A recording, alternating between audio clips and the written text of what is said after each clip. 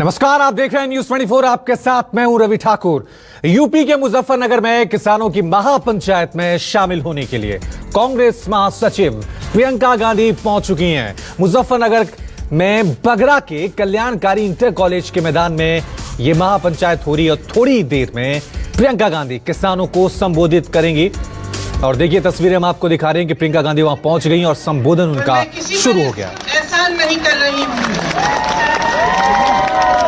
बहुत बार कहती हूँ, हर नेता को यह एहसास होना चाहिए कि सबसे बड़ा एहसान उस पर जनता करती है। मुझे यह एहसास अच्छी तरह से है। आप यहाँ उपस्थित हैं, मेरी बातों को सुनने आए हैं, इसलिए आपका बहुत बहुत धन्यवाद। देखिए, देश की जो स्थिति है अभी निकाल दूंगा, वो शायद मेरे से अच्छी तरह आप सब जानते हैं। कौन है? कौन है? एक ऐसा समय आया है कि 90 दिनों से लाखों किसान इस देश की राजनीति में के बाहर, दिल्ली के बाहर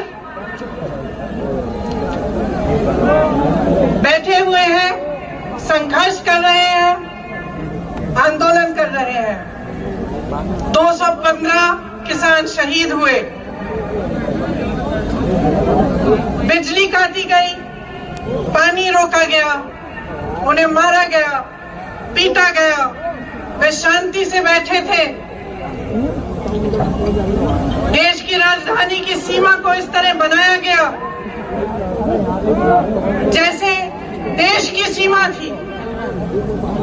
तमाम पुलिस की फोर्स लगाई गई, किसानों को प्रताड़ित किया गया। जो किसान अपने बेटे को देश की सीमा पर देश की रखवाली करने के लिए भेजता है, उस किसान को अपमानित किया गया, उसे जलील किया, उसे देशद्रोही कहा, आतंकवादी कहा। प्रधानमंत्री जी ने पूरे सांसद के सामने उसका मजाक उड़ाया, उसे परिजीवी कहा, आंदोलन जीवी कहा। देखिए, इंसान की तरह देश का भी एक हृदय होता है। उस हृदय के धड़कने से देश जीवित होता है।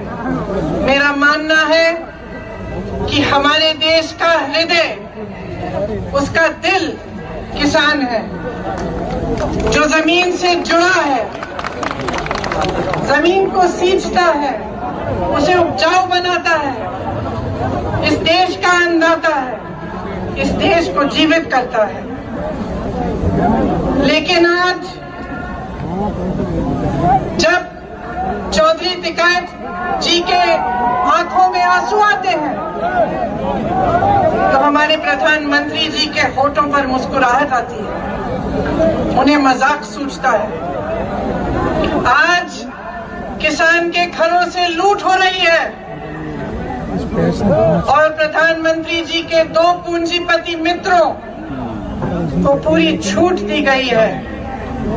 आपके सामने आकर प्रधानमंत्री जी ने बार बार हर चुनाव में ये वादा किया था कि गन्ने का भुगतान आपको दिया जाएगा। मैं आपसे पूछना चाहती हूँ, आपको मिला? उन्होंने कहा था आपकी आमदनी दुगनी होगी। मैं आपसे पूछना चाहती हूँ, दुगनी हुई? आपको मालूम होगा कि पूरे देश भर में गन्ने का भुगतान 15,000 करोड़ रुपए है। और आज मैं आपको बताना चाहती हूँ, शायद आपको ये नहीं मालूम होगा कि प्रधानमंत्री जी ने अपने लिए दुनिया में भ्रमण करने के लिए 2 हवाई जहाज खरीदे और उन 2 हवाई जहाजों की कीमत 16,000 करोड़ रुपए है।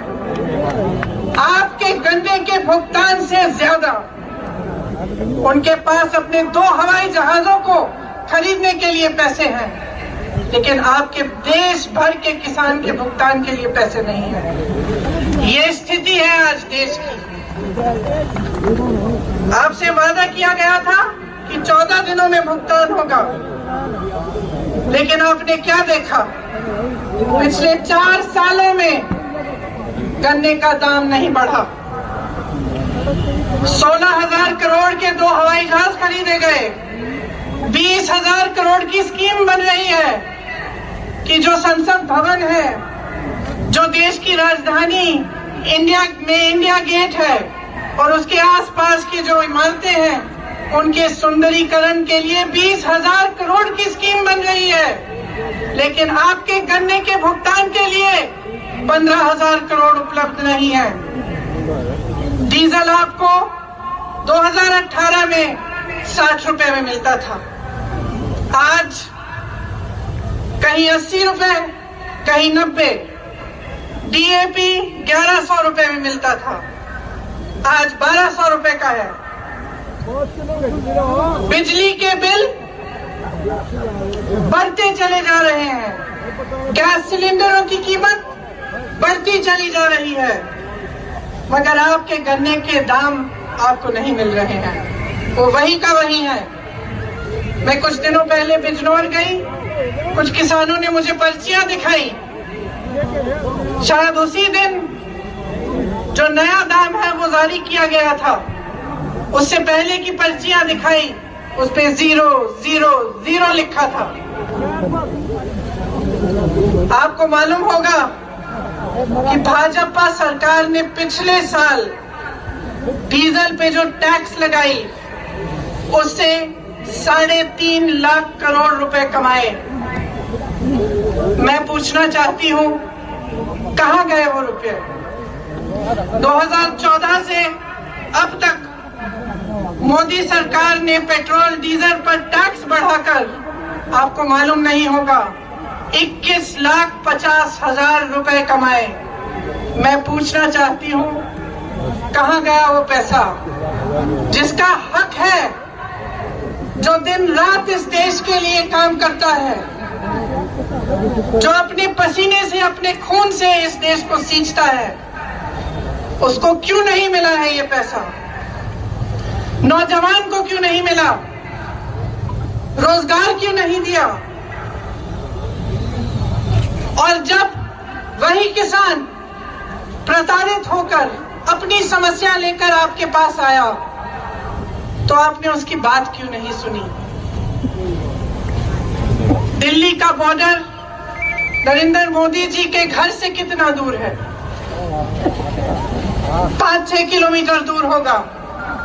और वही प्रधानमंत्री जो अमेरिका जा सकते थे, पाकिस्तान जा सकते थे, चीन जा सकते थे, जिन्होंने पूरी दुनिया में भ्रमण किया, वो लाखों किसानों के पास नहीं जा पाए, उनके आंसू पहुंच नहीं पाए, उनकी बात नहीं सुन पाए। क्यों? क्योंकि उनकी राजनीति सिर्फ अपने लिए है, अपने लिए। तो प्रियंका गांधी कह रही हैं कि पेट्रोल के दाम बढ़ रहे हैं, गैस के दाम बढ़ रहे हैं, लेकिन गन्ना किसानों का भुगतान क्यों नहीं हो रहा? एक बार फिर करारा हमला। नमस्कार, मैं हूं मानक गुप्ता। अगर आपको हमारा ये वीडियो पसंद आया हो तो इसे लाइक और शेयर जरूर करें, और हां, हमें सब्सक्राइब और फॉलो करना ना भूलें, ताकि आप देश और दुनिया की कोई खबर मिस ना करें।